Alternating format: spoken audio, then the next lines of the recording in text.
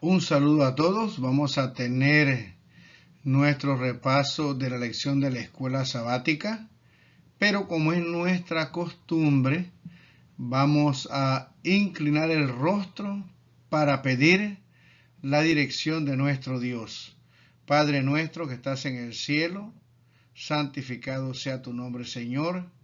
Te pido que bendigas a los que escucharán esta lección de la escuela sabática, que con tu ayuda podamos aprender y poner en práctica lo que vamos a aprender. Quédate con nosotros desde el comienzo hasta el final, porque te lo pedimos en el nombre de tu amado Cristo Jesús. Amén. Muy bien, mis queridos hermanos, un abrazo a todos una vez más.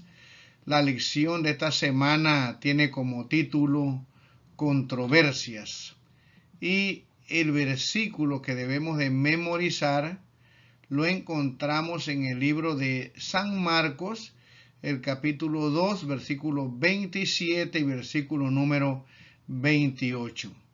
También les dijo, el sábado fue hecho para el hombre, no el hombre para el sábado. Así el Hijo del Hombre es también Señor del sábado. En esta lección vamos a estudiar 5 historias. Estas historias son la curación del cojo, el llamado de Leví, controversias que hubo por la comida o el ayuno. Veremos controversias por el sábado.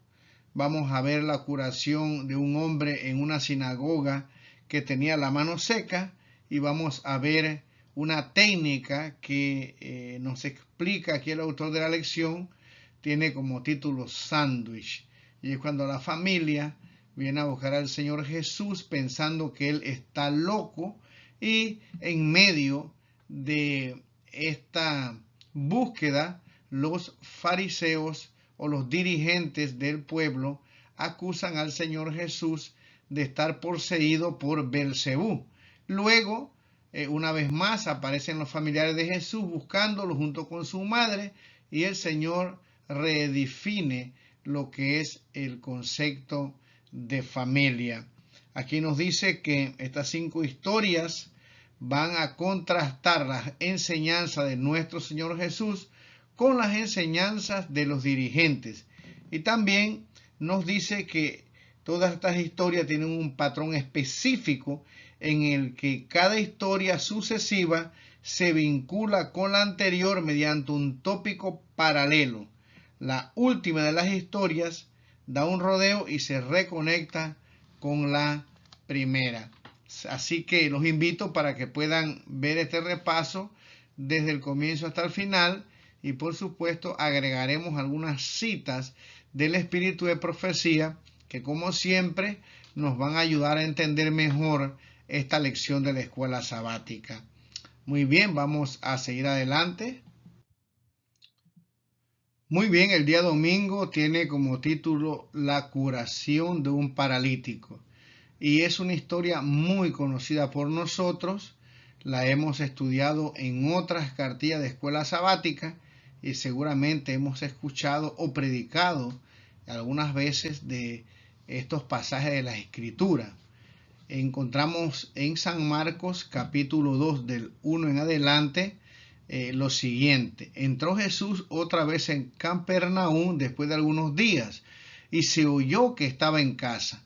E inmediatamente, aquí aparece la palabra, ¿verdad? Eutus, que es enseguida, inmediatamente, se juntaron muchos, de manera que ya no cabían ni aún a la puerta, y les predicaba la palabra. Entonces vinieron a él unos trayendo un paralítico que era cargado por 4, y como no podían acercarse a él a causa de la multitud, descubrieron el techo de donde estaba, y haciendo una abertura bajaron el lecho en que yacía el paralítico. Al ver Jesús la fe de ellos, dijo al paralítico: hijo, tus pecados te son perdonados. Este milagro trajo controversia con los dirigentes del pueblo, porque se pusieron a pensar, cuando Jesús le perdonó los pecados, que quién era él para tener esta autoridad, ya que solamente Dios puede perdonar los pecados, y esto es algo que es correcto. Lo estaban interpretando muy bien. Sin embargo, allí estaba el Hijo de Dios, Dios mismo que había venido aquí para predicar la palabra del Señor, venir a salvar a su pueblo, y ellos estaban tan absortos en las formas que habían hecho su propia religión. Ni tan siquiera guardaban el sábado, como veremos en esta cartilla, porque el sábado fue hecho para beneficio de la raza humana. Y puede ser que nosotros también podamos, mis queridos hermanos, estar pensando de la misma forma que pensaban los fariseos. Perdieron de vista lo más importante. En vez de gozarse de este gran milagro, se aferraron a la forma de la religión.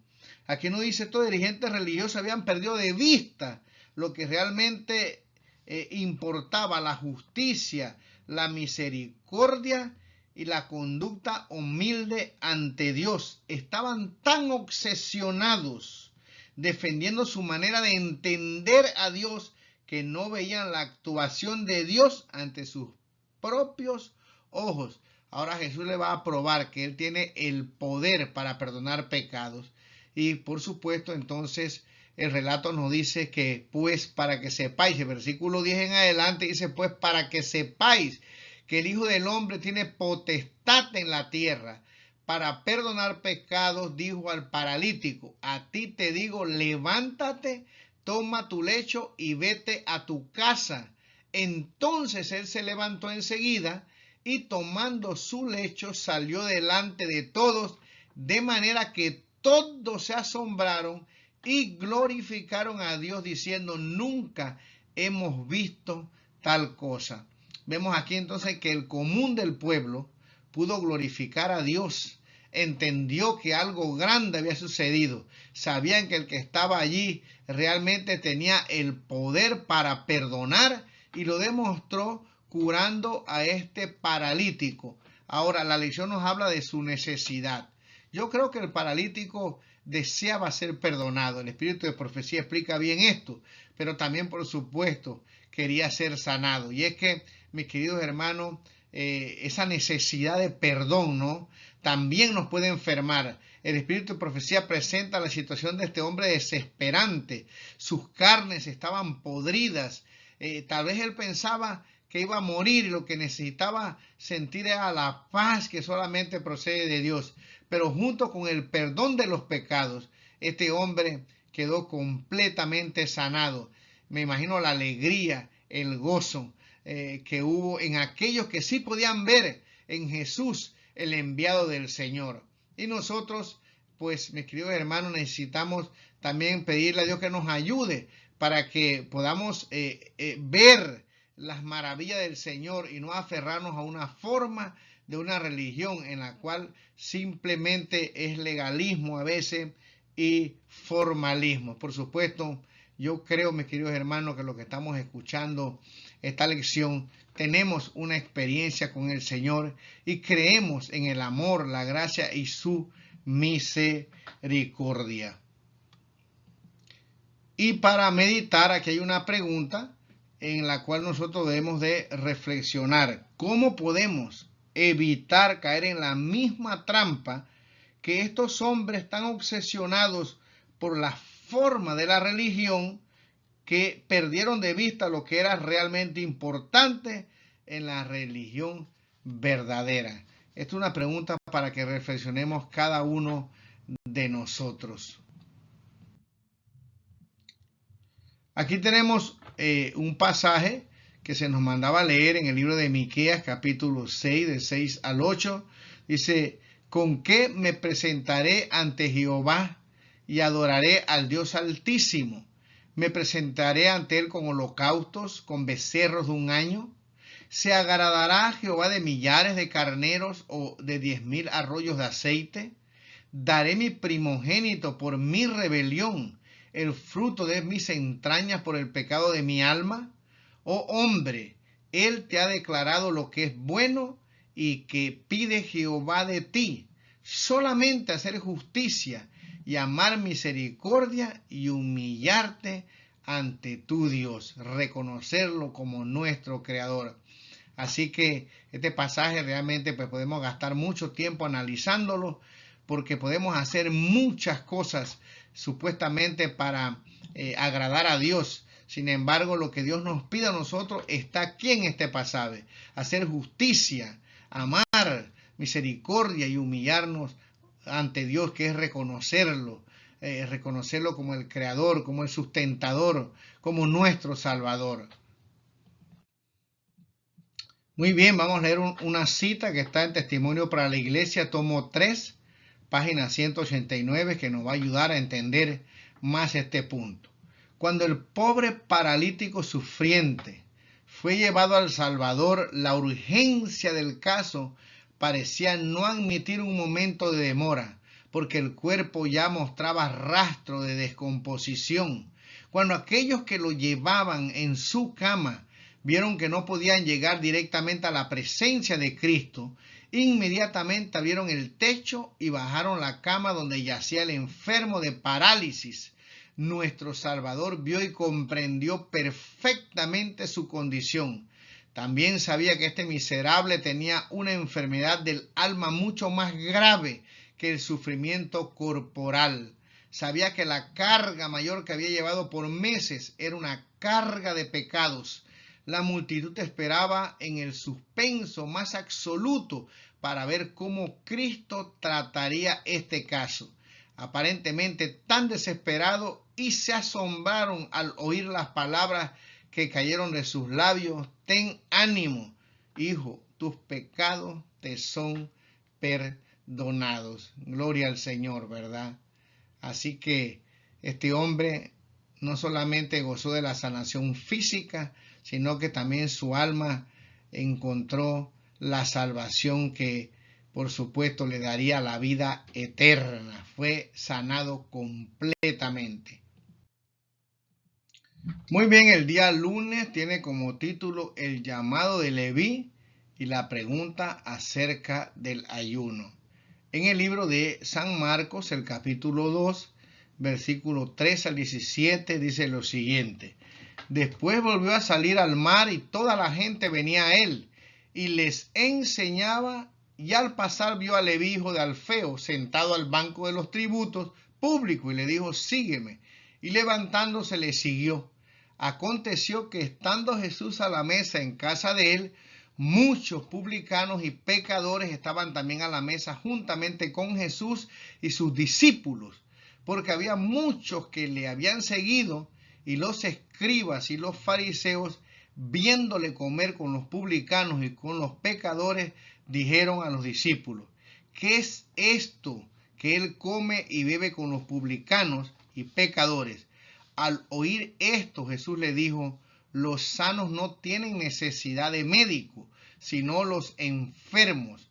No he venido a llamar justos, sino a pecadores.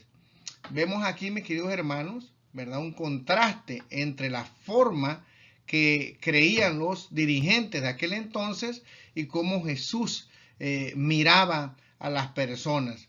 Y es que yo creo que es cierto, creo que es normal que cualquiera persona no crea o quiera a otro que se une con el enemigo. En este caso, los publicanos, hemos escuchado muchas enseñanzas, predicaciones acerca de esto. Los publicanos y los cobradores de impuestos eran personas que se habían aliado con los romanos, y no solamente cobraban el impuesto para Roma, sino que cobraban de más y se habían enriquecido. Por lo tanto, es justificable que las personas no quisieran a estos, digamos, judíos por ser traidores. Sin embargo, el problema es que habían dentro de ellos algunos que querían aceptar al Señor, que querían acercarse a Dios, que realmente posiblemente hacían esto, pero no estaban felices, y los dirigentes no le daban la más mínima oportunidad. Simplemente condenaban a estas personas, y me imagino pues que ellos creían que no tenían la más mínima esperanza de poder tener digamos, una reconciliación con el Señor. Pero Jesús veía en algunos de ellos esa necesidad, ese deseo de servir al Señor, y en este caso vio en Mateo Leví un discípulo, alguien que podía ser un predicador del Evangelio.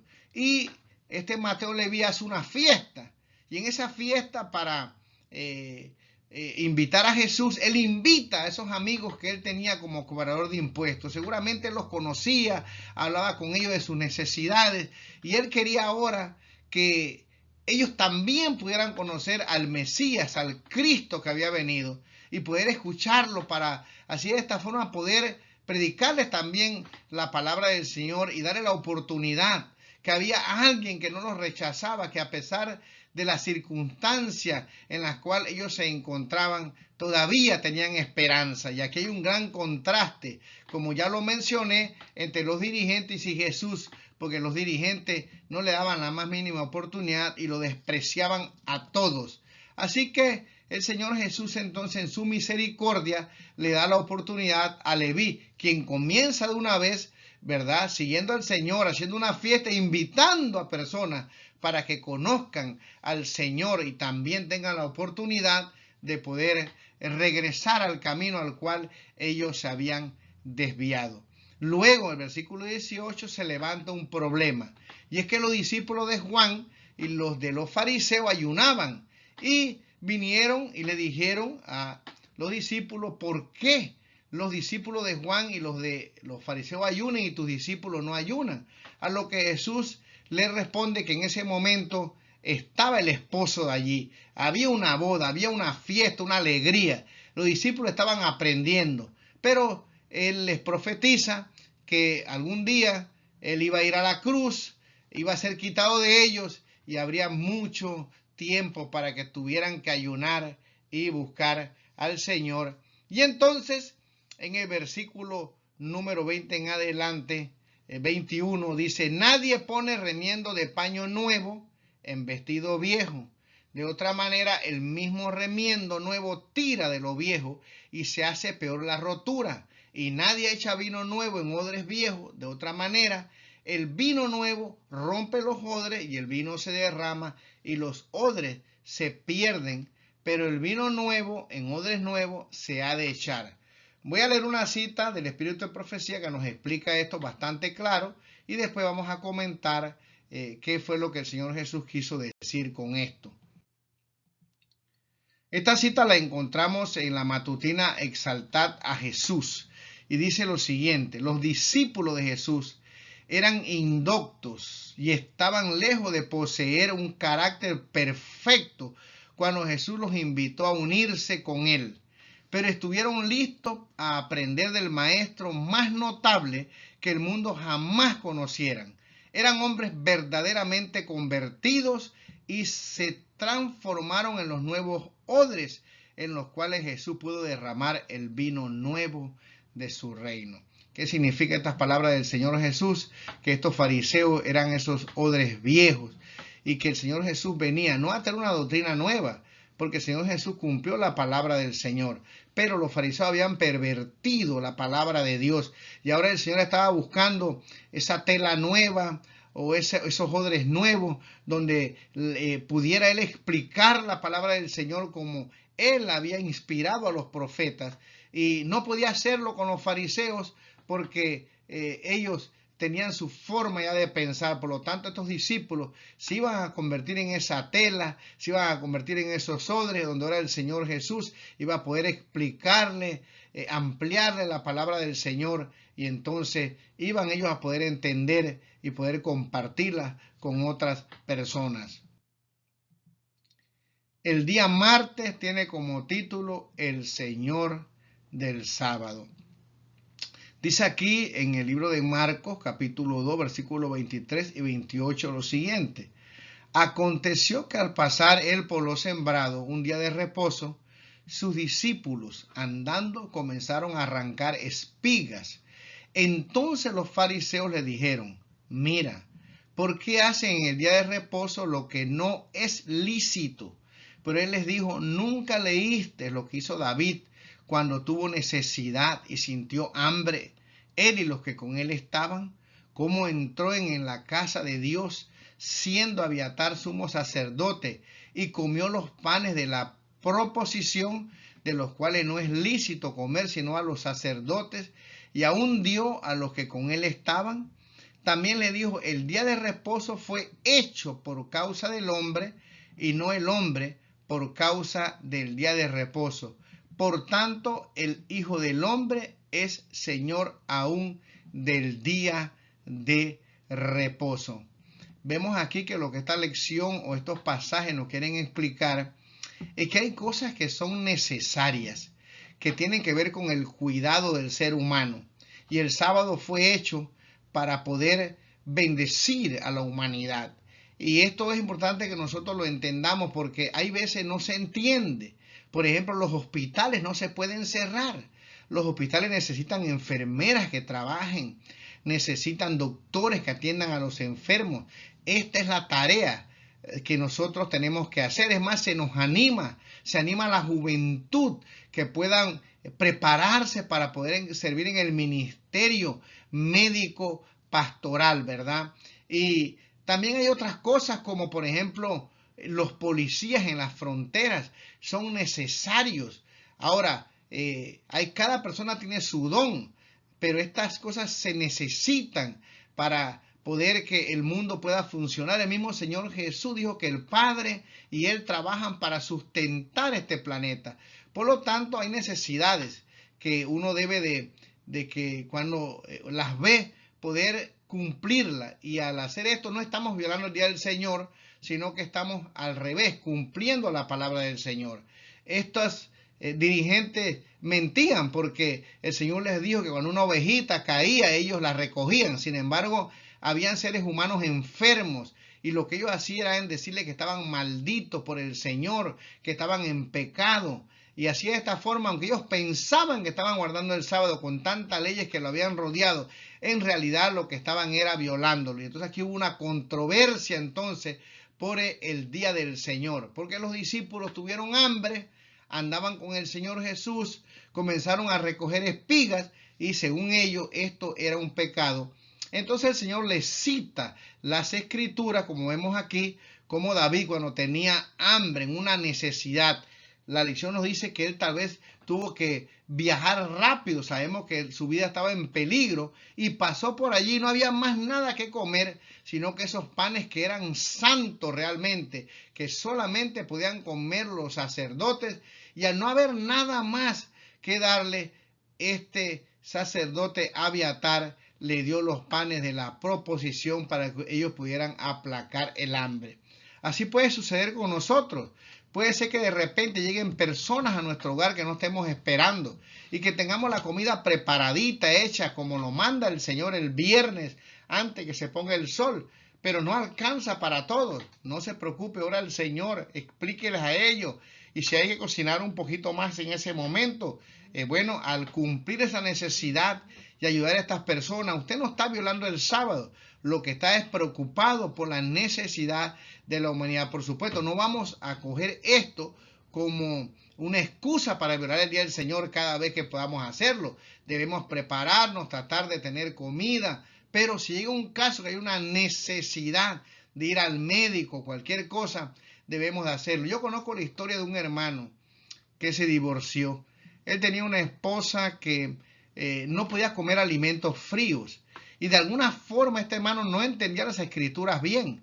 Él decía que no se podía cocinar la comida en sábado, pero tampoco la dejaba calentar a la señora. Y finalmente esta hermana cayó enferma y esto trajo mucha molestia en el hogar, los hijos. Tenía una gran tabla de la ley de Dios ahí en la sala. Yo fui a atender ese caso, a hablar con él, a explicarle que el fuego no se hacía en el desierto cuando venían, porque esto pues tomaba mucho tiempo, pero que cuando ya se mudaron a las ciudades claramente se ve que había fuego en el palacio del rey, en las casas, pero este hermano estaba aferrado a un pasaje que, bueno, sí lo dice, pero cuando venían por el desierto y no quiso cambiar, así que finalmente todo esto terminó en un desastre.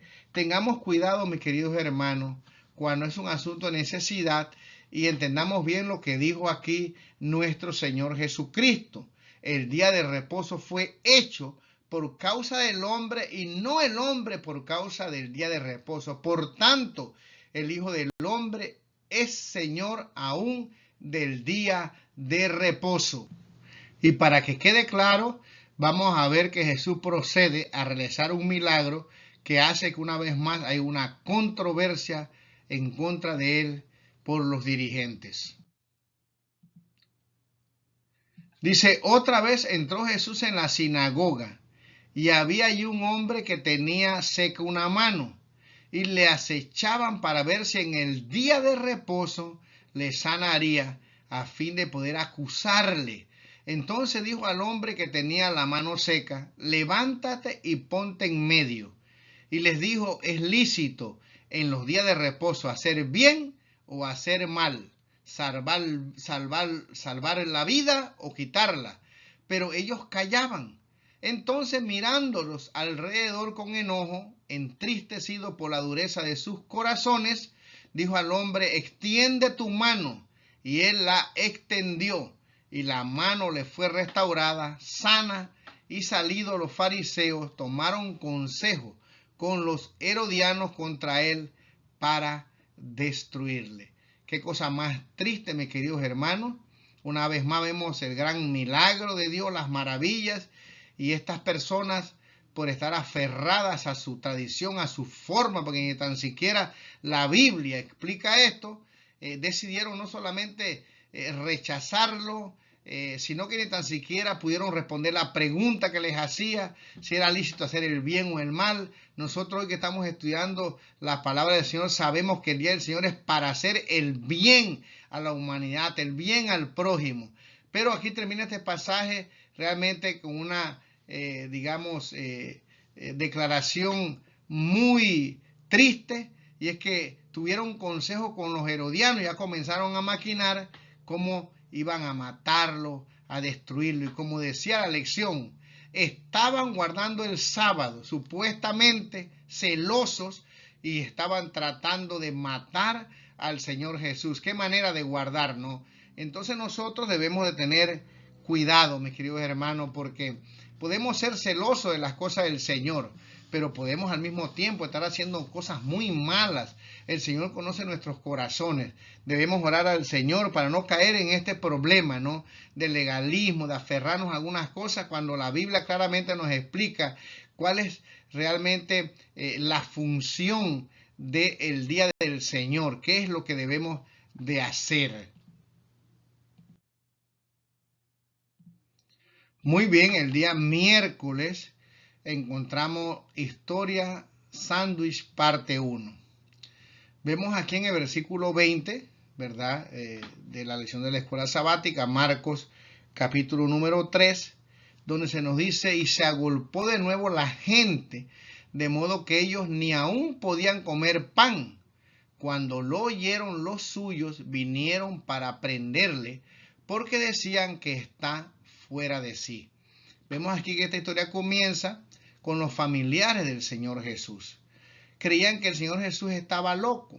El deseado de toda la gente explica bien que Jesús atendía a las necesidades de las personas, ayunaba, oraba mucho, y que las familiares de él pensaron que Jesús, por estar trabajando de esta forma incansablemente, sin descansar, había llegado a un estado en el cual estaba quedando loco. Esto fue lo que los familiares pensaron del Señor Jesús.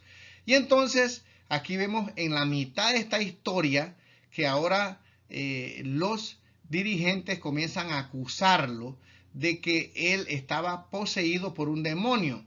El versículo número 22 dice, pero los escribas que habían venido de Jerusalén decían que tenía Belcebú, o sea, estaba poseído por el diablo, y por el príncipe de los demonios echaba fuera a los demonios. Y habiéndolo llamado, les decía en parábola. Ahora vemos que estos fariseos, ¿verdad?, comienzan a acusar a Jesús que estaba poseído, y que, bueno, lo que hacía él de sacar a los demonios era por obra de una posesión demoníaca. Así que esto también avergonzaba a los familiares del Señor Jesús, que tuviera esta controversia con los fariseos, ya que estos fariseos eran respetados por el pueblo. Ahora Jesús en una forma muy inteligente, por supuesto, Él es el gran maestro de todos los maestros, comienza a decirle en el versículo 23, ¿cómo puede Satanás echar fuera a Satanás? Si un reino está dividido contra sí mismo, tal reino no puede permanecer. Y si una casa está dividida contra sí misma, tal casa no puede permanecer. Si Satanás se levanta contra sí mismo y se divide, no puede permanecer, sino que ha llegado a su fin. Ninguno puede entrar en la casa de un hombre fuerte y saquear sus bienes si antes no le ata, y entonces podrá saquear su casa. Muy bien, vemos aquí entonces una forma coloquial que Jesús está diciendo, yo vine a atar a Satanás. Yo estoy, ¿verdad?, haciendo la voluntad de Dios. Y lo que estoy haciendo al echar los demonios es liberar a esas personas de la miseria y de las garras del enemigo. Y les explica a los fariseos con preguntas que seguramente ellos no podían responder. Y entonces este versículo que tengo en la pantalla es muy importante, porque aquí dice, de cierto os digo que todos los pecados serán perdonados a los hijos de los hombres, y la blasfemia, cualesquiera que sean, pero cualquiera que blasfeme contra el Espíritu Santo no tiene jamás perdón, sino que es reo de juicio eterno, porque ellos habían dicho, tiene espíritu inmundo. Vamos a ver una cita después que nos va a explicar bien esto del espíritu de profecía, pero lo que está diciendo aquí, mis queridos hermanos, es que cuando se le atribuye la obra del Espíritu Santo a Satanás, nosotros estamos prácticamente cayendo en el pecado contra el Espíritu Santo, porque ahí estaba el Señor Jesús lleno del Espíritu de Dios, sacando demonios, y entonces ellos, en vez de creer en el poder de Dios, estaban diciendo que ese Espíritu Santo que tenía el Señor Jesús y que por él sacaba a los demonios, realmente era un espíritu inmundo. Entonces estaban cumpliendo o estaban tristemente pues cometiendo el pecado contra el Espíritu Santo. Luego vemos aquí la parte del otro santo, y vamos a hacer un emparado, después lo vamos a explicar bien. Y es que ahora los familiares que decían que Jesús estaba loco van a buscar la madre, a ver si con la influencia de la madre pueden rescatar a Jesús y llevárselo para que deje de predicar la palabra del Señor. Es muy interesante esta parte de la lección en el miércoles, porque hay muchas personas que han pasado, digamos, rechazo por los familiares, algunos hasta persecuciones. Bueno, nosotros podemos ver aquí que el Señor Jesús también pasó por lo mismo, que Él conoce nuestra situación y que si por alguna razón entregamos nuestra vida al Señor Jesús y nuestros familiares nos dan la espalda o nos persiguen, el Señor Jesús fue tratado de loco por su propia familia. Ahora buscan a la mamá y entonces dice aquí el versículo número 31. Viene después sus hermanos y su madre, y quedándose afuera enviaron a llamarle. Y la gente que estaba sentada alrededor de él les dijo, tu madre y tus hermanos están afuera y te buscan. El Espíritu de Profecía claramente dice que eran los hermanos de José. Acordémonos que José ya había tenido un matrimonio anteriormente y esos hermanos no eran hijos de María, porque a veces hay personas que, bueno, tienen esta confusión. Entonces él les respondió diciendo, ¿quién es mi madre y mis hermanos? Y mirando a los que estaban sentados alrededor de él, dijo, he aquí mi madre y mis hermanos, porque todo aquel que hace la voluntad de Dios, ese es mi hermano y mi hermana y mi madre. Así que podemos ver que ahora redefine lo que es el concepto de familia. Así que los cristianos somos una familia. Y si puede ser que nuestros familiares, aún nuestra propia mamá, o nuestro papá, o nuestros hermanos nos rechacen, y esto pasa comúnmente porque aceptamos al Señor como nuestro Salvador, nosotros en Cristo deberíamos tener una familia. La iglesia es una familia en el mundo entero. No importa dónde estemos, donde tú escuches este video, tú eres parte de la familia del Señor. Y Cristo dice que todo aquel que hace su voluntad es familia del Señor Jesús, es nuestro hermano, nuestro representante ante el trono celestial. Por lo menos, esto nos ayuda a nosotros a tener paz en el corazón, de que si estamos pasando por un momento de dificultad, no estamos solos porque el Señor nos comprende. Él pasó por lo mismo y Él nos recibe como familia de Él. Vamos a leer la cita para que podamos entender un poco mejor qué significa rechazar o cometer el pecado contra el Espíritu Santo. Dice aquí en el Deseo de todas las gentes, página 291 y 292 lo siguiente: al rechazar a Cristo, el pueblo judío cometió el pecado imperdonable y desoyendo la invitación de la misericordia, podemos cometer el mismo error. Insultamos al príncipe de la vida y le avergonzamos delante de la sinagoga de Satanás y ante el universo celestial cuando nos negamos a escuchar a sus mensajeros, escuchando en su lugar a los agentes de Satanás que quisieran apartar de Cristo nuestra alma. Mientras uno hace esto, no puede hallar esperanza ni perdón y perderá finalmente todo deseo de reconciliación con Dios. O sea que cada día que nosotros rechazamos la invitación del Señor, nos vamos endureciendo más y más hasta que finalmente, como el pueblo judío dice, a lo suyo vino y los suyos no lo recibieron, finalmente rechazaron a Cristo. No solamente esto, sino como leemos en el pasaje, en vez de atribuir el milagro o los milagros que él hacía al poder del Espíritu Santo, se lo estaban adjudicando a Satanás. Por lo tanto, estas personas estaban preparándose para rechazar definitivamente al Salvador y cometer el pecado. Y como dice el pasaje, eran dignos de ser reos de muerte. Por lo tanto, si tú estás escuchando esta lección de escuela sabática y todavía estás en la lucha de aceptar a Cristo o no, yo te aconsejo que te arrodilles y que finalmente tomes la decisión de aceptar a Cristo, porque cada vez que rechazamos y endurecemos nuestro corazón, nosotros nos vamos alejando de tal manera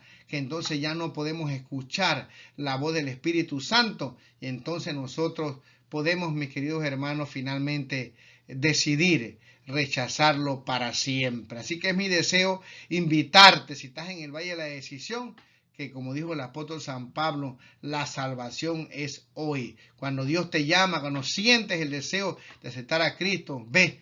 Y si tienes que, ser rechazado por tu familia, ya puedes tú también saber que el Señor Jesús pasó por lo mismo. No hay ninguna tribulación que nosotros podamos pasar en esta tierra que el Señor Jesús no la haya pasado doble. Él nos comprende, nos ayuda y Él está con nosotros en esos momentos de dificultad. El día jueves tiene como título Historias Sándwich, parte número 2. Y bueno, ya creo que hablamos de esto. Y se agolpó de nuevo la gente, de modo que ellos ni aún podían comer pan. Cuando lo oyeron los suyos, vinieron para prenderle, porque decía que estaba fuera de sí. En otras palabras, el Señor estaba loco. Qué cosa más tremenda, ¿no?